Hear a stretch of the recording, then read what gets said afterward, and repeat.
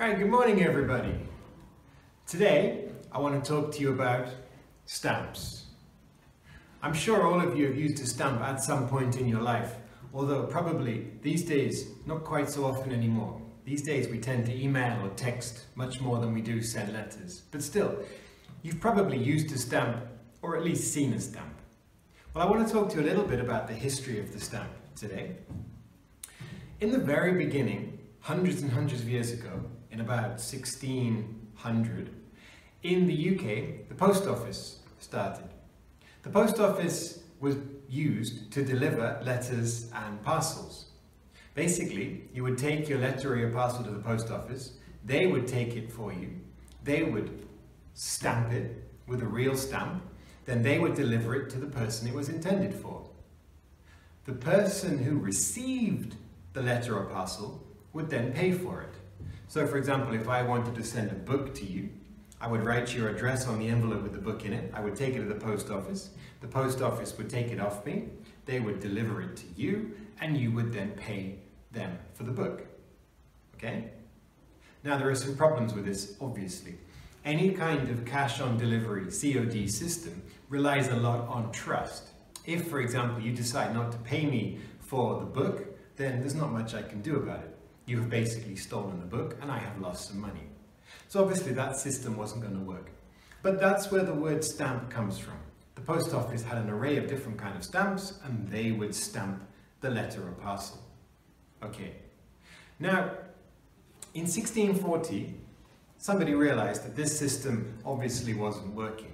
So two people, Robert Murray and William Dockwra, both in the UK, came up with an idea. They called it the penny post.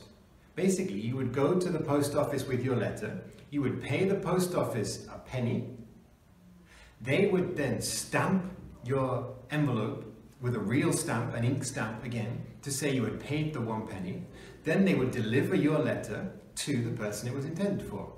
This time the person it was intended for would not pay, they would just receive the letter. You had paid in the beginning. This was the beginning of the idea behind the stamp. Now this system only worked in central London, which wasn't a very big area. Okay, now we skip forward another 200 years. In 1835, a man called Rowland Hill comes up with an idea for a sticky stamp.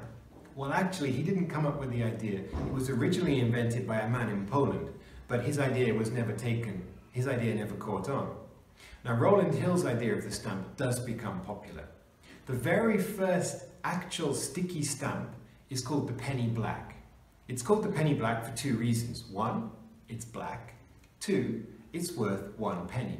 Basically, any kind of letter or parcel you sent would cost 1 penny. Basically, Rowland Hill designed these stamps with pre-glued backs to them.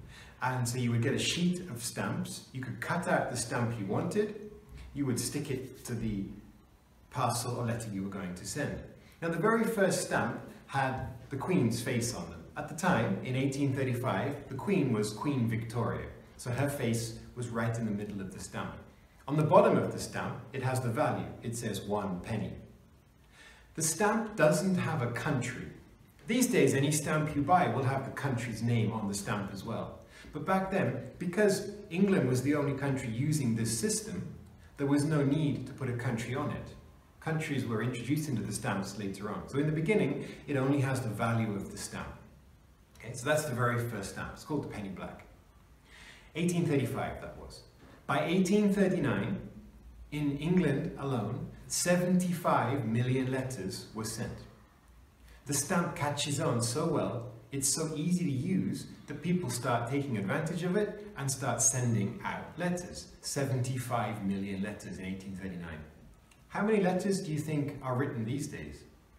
Well, in 2000, it was 31 billion. However, by 2016, that number had dropped to 16 billion, almost half. And year on year, that number is going down and down and down and down and down. Can you think why? Well, I gave you a hint. Well, I gave you the answer at the very beginning of my talk. Because of email, because of texting. How often do you send a letter these days? When I was at high school, a long time ago, I used to send letters to my friends. I used to send letters to my girlfriend. I used to send letters to my family. I used to write letters quite a lot. It was a wonderful feeling to receive a letter through the post. However, these days, I don't write letters. I don't think I have written a letter in possibly 20 years. I email, and now I text. One word replies. Yes, no, maybe, okay, thanks, sorry. So we don't write letters anymore. The number of letters is really declining. Hopefully it will start to pick up again soon, because receiving a letter is an absolutely amazing feeling. Anyway, so in 1835 onwards, we have the first stamp. We have sheets of stamps. They're printed on one large sheet. You cut them out by hand. In 1854, the next development turns up. This development is perforation. To perforate something means to put lots of holes in it. Perforation meant that between each stamp, a machine would cut small holes. Now, why was that such a huge advancement? Because now it meant that stamps were very easy to tear off. You didn't rip stamps, you didn't ruin them, you didn't break them. So now, 1854, we have a perfectly usable, easily tearable stamp. And the number of letters written every year starts to take off. From 1854 onwards, there are no more real advances in stamps. The machines used to make them, the printing systems, the colours, the glues, the perforation machines, all improve. But the stamp itself doesn't really change. These days you can get stamps with any kind of design. Countries produce stamps to commemorate things, to celebrate things, a whole different range of stamps. Now, if you are into stamp collecting, maybe you have a book of stamps, maybe you collect stamps from your own country, maybe you collect commemorative stamps, maybe, if you're lucky, you have a few old stamps in your book. Well, I'd like to tell you a few of the rarest and most expensive stamps in the world. I'm going to do a top 3 for you. Number 3, the penny black, the first stamp ever invented. 1 penny black was released by accident 4 days before it was supposed to be released. That stamp now, if you can get your hands on it, will cost you $4.5 million. Yes, you heard me right, $4.5 million. Number 2, the second most expensive stamp on my list is the Treskelling Yellow. I'm not sure how to pronounce that. That was released in 1855. Now, it's rare because there's only one of them left in the world, and the stamp itself should be bluey green, but it's not. It's yellow, hence the name. Stamps that have mistakes in them are usually quite rare. This stamp will set you back $5.5 million. That's a lot of money. But it's nowhere near number 1. Are you ready?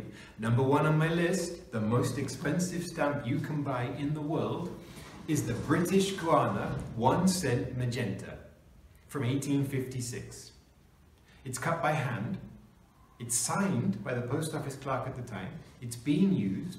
There is only one of them in the world, and that stamp will cost you $9.5 million. And that was the price it cost in 2014. Each time this stamp is sold, it breaks records. It becomes more expensive. So, if you're at home and you're going through your grandparents' letter collections, or you're going through old books of stamps, keep your eyes out. Anything old could be expensive, could be valuable. You never know. Anyway, good luck. If you're interested, write me a letter. I love receiving letters. Talk to you next time. Bye.